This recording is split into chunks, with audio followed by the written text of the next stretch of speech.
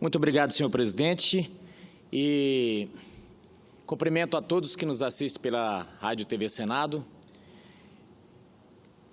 Agradeço a citação à digníssima Ruth, que está aqui nos visitando, ao missionário Carlos, que veio direto do Uruguai. E, em breves palavras, senador Paulo Paim, não poderia deixar de citar o discurso do senador Lindbergh, mas não é esse o tema da minha fala. O senador Lindbergh falou que o ex-presidente tirou 36 milhões de pessoas do mapa da fome.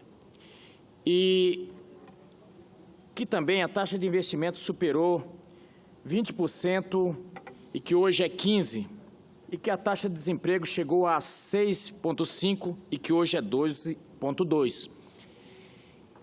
E o que é interessante nesses números é que o senador Lindbergh citou os sucessos do governo do presidente Lula e passou como se fosse um ataque de amnésia e esqueceu o período de 2008 em diante até 2014, onde, aliás, 2010 até 2014, onde as taxas, esses números todos, os indicadores, eles foram por água abaixo. As pessoas voltaram a ter dificuldades financeiras e a taxa de desemprego ela aumentou significativamente. Mas esse debate tem sido travado aqui e nós temos discutido que no ano 2014, por exemplo, e 2015 também, os programas sociais que eram a bandeira foram cortados em 87%. As universidades, por exemplo, houve um corte, e eu fui conversar na época com o ministro Aloysio Mercadante, que nós estávamos querendo que fosse criada a Universidade Federal de Rondonópolis, que foi aprovado antes de ontem aqui nessa casa, e ele até falou: senador Medeiros, nós estamos precisando de dinheiro. Nós tivemos um corte agora de 10 bilhões e estamos agora tentando aprovar a CPMF. Se Vossa Excelência votar na CPMF, quem sabe a universidade não saia. E nós ponderávamos, falando, mas não vai haver custo, porque a universidade já existe. Então, o debate era que o ministro não tinha dinheiro nem para terminar as obras que estavam inacabadas. Então, eu achei interessante que o senador Lindbergh falou de forma muito efusiva sobre os sucessos, mas esqueceu totalmente o que levou à derrocada da ex-presidente Dilma. E aí concordo plenamente com o senador Paim e dizia realmente o senador Lindbergh, ele é um mestre com os números e é um senador muito preparado. E é um senador aqui que a gente discute e temos grandes embates, porque estamos em fronteiras diferentes, mas ele é hábil na questão das planilhas e, lógico, ele faz tipo o Rubens Recupero dizia: o que é bom, a gente fatura, e o que não é bom, a gente esconde.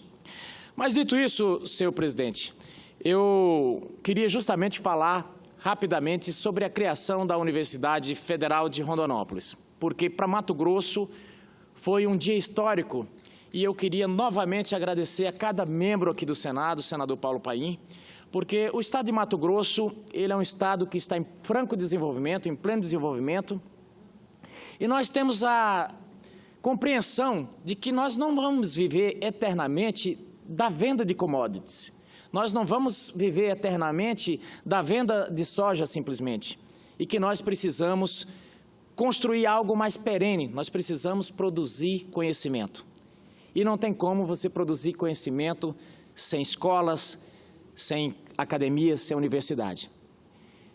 E uma segunda universidade ali já se fazia necessário há muito tempo. Na região de sudeste e sul do estado de Mato Grosso, por exemplo, já tinha um grupo ali de em torno de 600, 700 mil pessoas. E sem falar que vários estudantes de todos os cantos do Brasil se dirigiam para aquela região e ali existia apenas um campus. E a gente sabe que na distribuição, como os recursos são poucos, nem sempre a distribuição vai de acordo com as necessidades dos campos. Geralmente fica o dinheiro na matriz da universidade.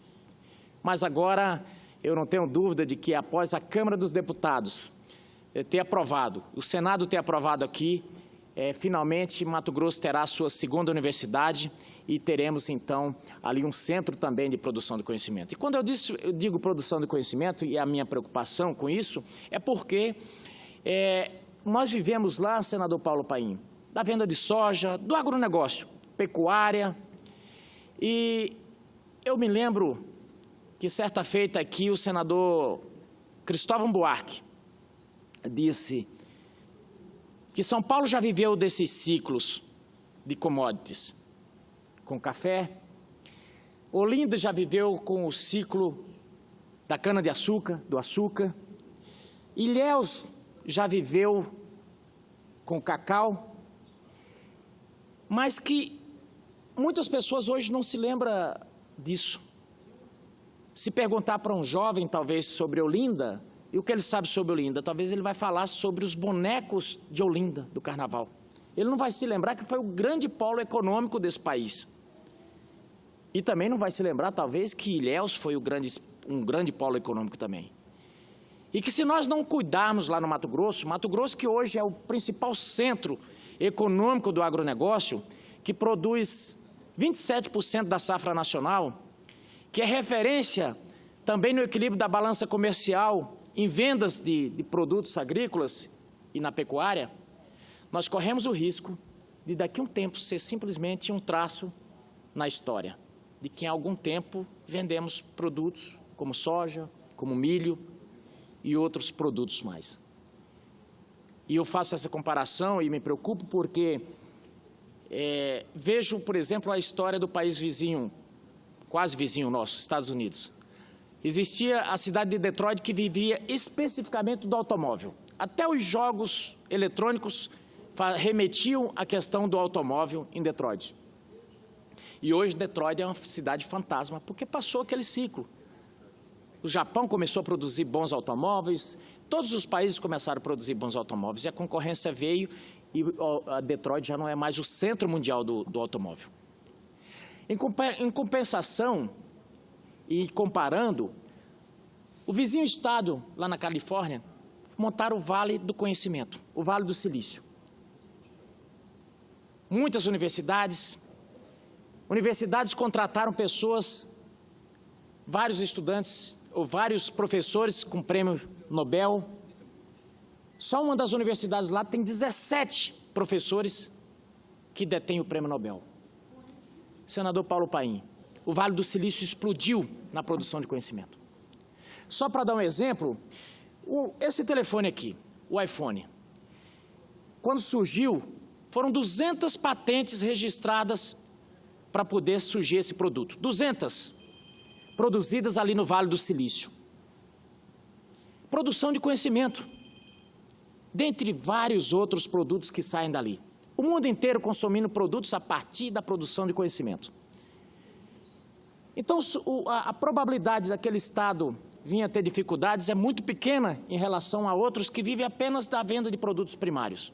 E é com isso que eu me preocupo com o estado de Mato Grosso. Então, nós temos tido uma preocupação ali, lógico, uma preocupação mais imediata, que é a questão da infraestrutura, para que a gente possa dar mais competitividade ao nosso mercado, gerar mais empregos, para socorrer as necessidades mais imediatas, mas também temos essa preocupação mais perene para que as novas gerações possam ter oportunidades e possam ter alternativas para a sua sobrevivência.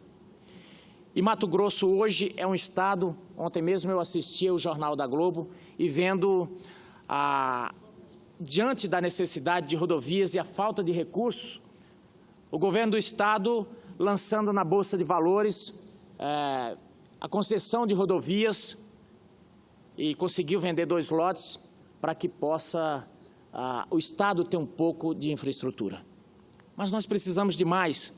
E aqui temos feito constantemente uma peregrinação pelos ministérios, porque em que pese o estado ser rico, ele é um pobre estado em termos de infraestrutura. E toda a infraestrutura. Por exemplo, nós temos Pontal do Araguaia. Cito, por exemplo, ontem conversava com o ministro da Integração e fomos lá falar. O município de Pontal do Araguaia fica entre dois grandes rios. Mas, infelizmente, nesse momento a população está passando sede, porque não tem um sistema de captação de água. Cito, por exemplo, o município de Tangará da Serra. Nesse momento está alagado.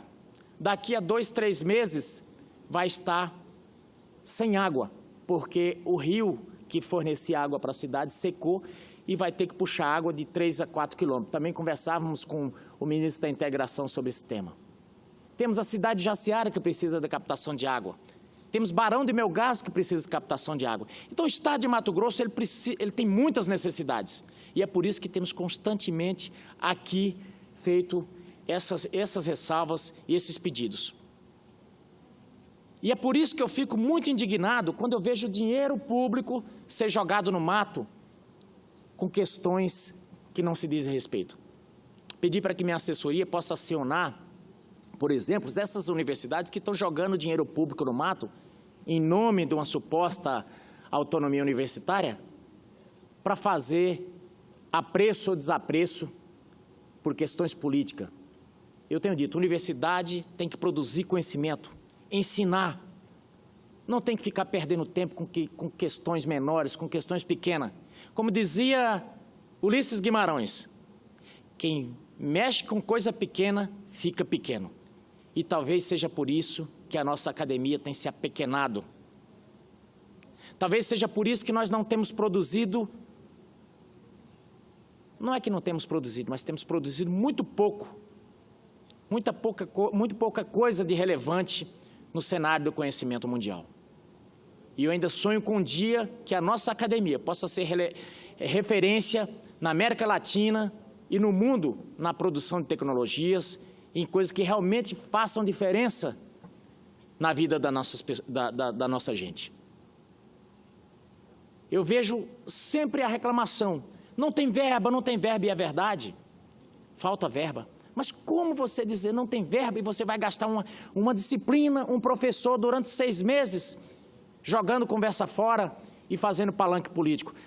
Totalmente compreensível o palanque político fora da sala de aula, não gastando o tempo que poderia estar produzindo conhecimento e dinheiro com essas questões menores. Então, enquanto, por exemplo, o estado de Mato Grosso está necessitando de tanta coisa, nós precisamos lá de energia, nós precisamos de estradas, nós precisamos de saúde, nós precisamos de tudo. Nós precisamos, por exemplo, lá, temos lugares que a universidade, por exemplo, pode fazer campos de observação, ótimos lugares para estudos na astronomia. Não, as pessoas querem gastar dinheiro com esses assuntos que podem ser debatidos aqui ou em algumas outras instâncias. Senador Medeiros. E concedo uma parte ao senador Hélio José. Queria só fazer uma consideração, nobre senador Medeiros, para cumprimentá-lo pelo depoimento tão importante com relação à educação, com relação à formação e à liberdade das pessoas batalhar, porque acha que ele tem talento e condição de ir, que é só através da educação que consegue chegar a esse patamar. Eu quero fazer um relato rápido aqui, que ontem, por exemplo, eu estive numa universidade do Distrito Federal, a Faculdade de Mauá, participando de uma aula magna, né? Essa faculdade tem feito um trabalho extraordinário de expansão no Distrito Federal, de ampliação do trabalho de educação e tirando nota máxima no ENAD, nas provas do ENAD, do INEP, né? E fazendo um trabalho onde as pessoas menos favorecidas da sociedade, seja ali no Vicente Pires, no Gama, em Taguatinga, em Águas Lindas, que faz parte da Grande Brasília, tem oportunidade de estudar a um preço aonde a pessoa possa pagar a sua faculdade. E essa faculdade, que tem notas expressivas no ENAD, vem batalhando para ampliar a possibilidade de curso no MEC. Eu até estive no MEC, estive no INEP com o pessoal lá, conversando, explicando, mostrando as notas, mostrando o grau de conhecimento dos professores, mas, lamentavelmente, a burocracia não permanece, não garante a expansão, prejudicando, inclusive, as possibilidades educacionais. Então, por isso, eu quero cumprimentar o diretor-geral da instituição, que é o senhor Tony, professor Tony, o secretário, o diretor pedagógico, nosso nobre Felipe Leitão, a Dilsa, e cumprimentar você, porque você traz um tema importantíssimo para o nosso país, que é o tema realmente da libertação futura do nosso país, que é o papel de cada parlamentar nosso aqui. Não vai ficar batendo boca, ficar brigando com coisas pequenas, com picuinhas. O nosso papel, o nobre senador presidente Paulo Paim, é defender a educação, a saúde, o transporte, a segurança. E a educação é basilar para que a gente possa prosperar. Por isso, os meus cumprimentos ao nobre senador Medeiros e também à sua esposa, uma pessoa maravilhosa, uma pessoa que tem colaborado muito com o seu trabalho, com o seu crescimento cada dia mais, que a gente sente aqui, eu sou o servidor público, você também é o servidor público, temos batalhado muito aqui em prol de uma sociedade melhor, mais justa. Muito obrigado. Muito obrigado, senador Hélio José. Vossa Excelência, que tem sido aqui um lutador e um baluarte em nome do servidor público, que até quero fazer um registro, que tem surgido um debate muito amplo na sociedade a respeito da questão dos gastos do Estado e, normalmente, quando começa a falar nisso, geralmente demonizam o servidor público. Eu digo que o ralo principal dos gastos do Estado não é no servidor público. Aliás, a grande maioria dos servidores públicos não ganham essa coisa toda que se fala por aí. Então, a gente precisa separar, porque se o Estado caminha, ele caminha pelo governo ou apesar do governo, mas, acima de tudo, pelos servidores públicos. Então, essa história de começar a achar que o servidor é um grande privilegiado, olha, você passa aí na esplanada, às vezes 9 horas da noite, está lá os servidores de carreira trabalhando. Então, a gente tem que dar a César o que é de César. Se existem excessos, que sejam corrigidos, mas não podemos lançar naquele sujeito que ganha ali R$ 1.800, R$ 2.000, achar a pecha de que ele é culpado pelos excessos que existem no serviço público. Então, quero fazer essa ressalva aqui. Dito isso, quero também registrar, senador Hélio José, a grata satisfação por saber que foi anunciado pelo novo ministro da Defesa, ou digo da Secretaria, é tanto ministério, porque existia o Ministério da Justiça que estava consolidado e foi criado esse Ministério da Segurança Pública.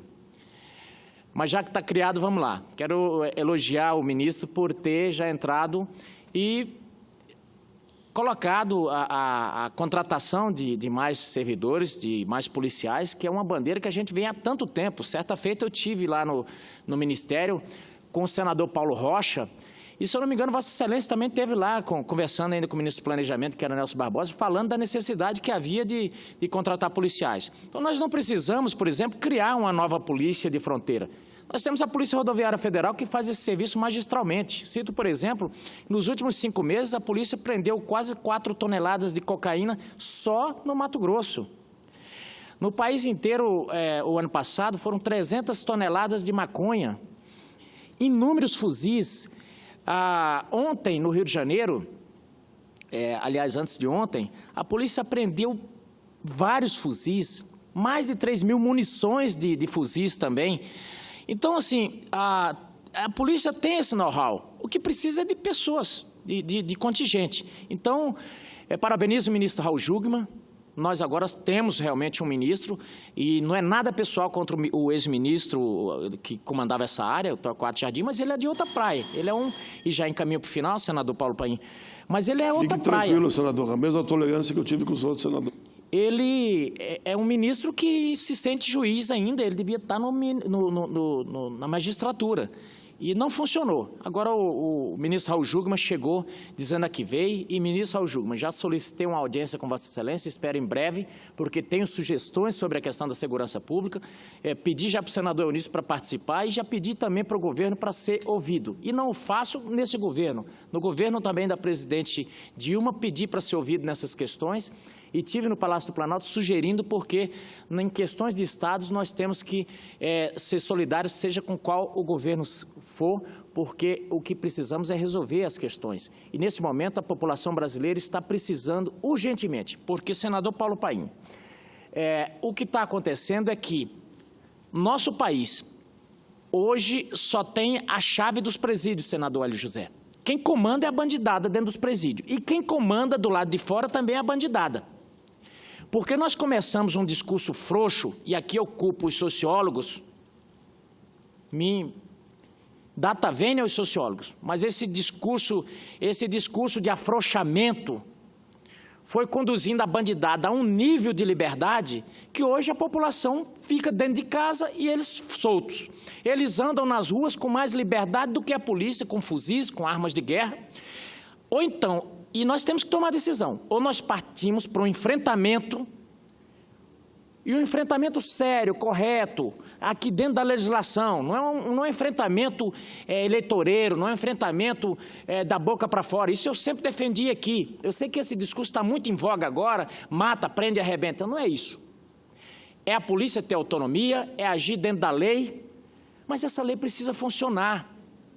Ela precisa ter eficácia. O bandido tem que ser preso e ele saber que ele vai ser punido. Saber que existe regramento dentro da sociedade. Porque a coisa foi se afrouxando de tal forma que a polícia prende e, às vezes, o bandido é solto antes do policial sair da cadeia, porque ele está lá preenchendo os papéis, o bandido já saiu. Então, esse tipo de coisa nós precisamos amarrar a legislação aqui e também dar autonomia, para que as rodovias sejam realmente policiadas e a nossa polícia tenha autonomia dentro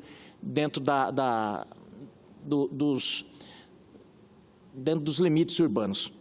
E aí, finalizando, senador Hélio José, também gostaria de registrar aqui o que está acontecendo no meu estado.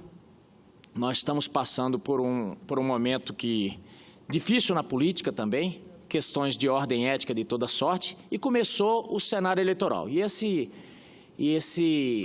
Essa semana teve um fato emblemático, senador Paulo Paim, em que, para Mato Grosso, eu reputo como uma perda. O senador Blairo Maggi anunciou que está fora da política e não vai disputar as eleições de 2018. Para mim, um grande ministro, um grande senador, foi um grande governador, e em que pese eu ia disputar a eleição junto com ele, reputo como uma perda. Mas estou fazendo esse registro aqui por quê? Porque nosso partido vem fazendo projeto, como todos os partidos, e colocando uma pré-candidatura. E, lógico, com a saída do ministro Blairo Maggi, lotou de candidatos. E aí vem os espertos e começam já a colocar na imprensa, e tem o poder econômico, começaram a colocar na imprensa todos os candidatos e já rifando, tirando que o senador José Medeiros não é pré-candidato a nada, que o senador José Medeiros fez dobradinha aqui e ali. Então, eu quero deixar claro para os eleitores de Mato Grosso.